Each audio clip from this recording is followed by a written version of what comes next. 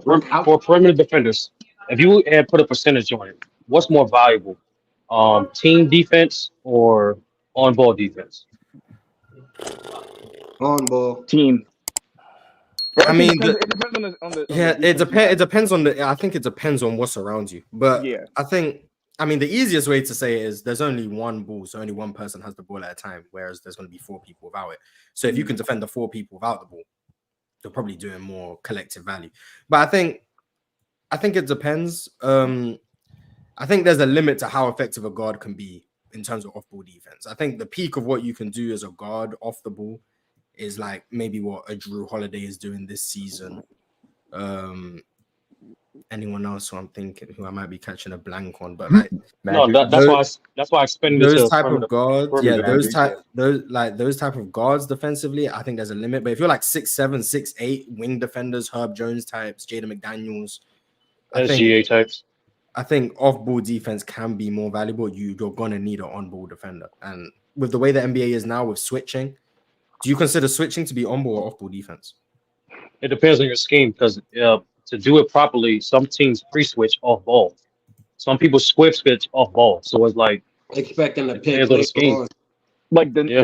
the Nets pre-switch, and they don't have the personnel to do it. Like they'll Well, I pre-switch. consider- It'll be Cam Thomas on Joel Embiid. It's bad.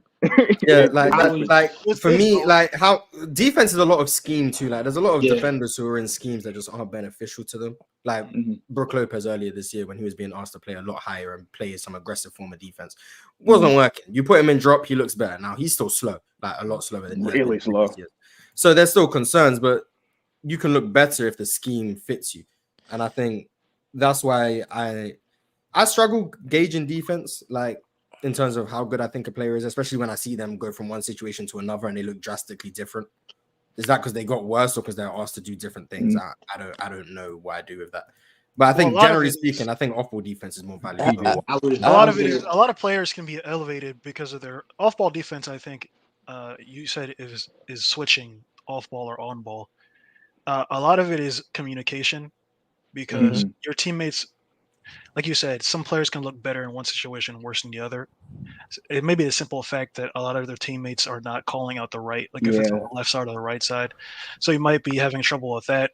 And I think it's off ball, like switching. It might be off ball because anticipating a screen, keeping your head on a swivel and making sure that you know which side it's coming from. That's another element. So I feel like a lot of it is situational. So it's hard to.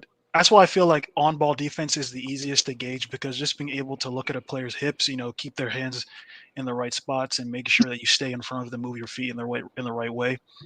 That's the easiest to gauge. Off-ball is a lot of team defense and team communication, so it's a lot more fluid in my opinion. Yeah. Go ahead. Sorry. I was gonna say the most annoying thing about defense to me is like you were talking about the switch. I feel like people switch way too easily, bro. Like it's not. That's a regular season thing. That's a regular season. There's two things that I can like easily tell you are regular season things: giving up easy switches and helping like one pass away.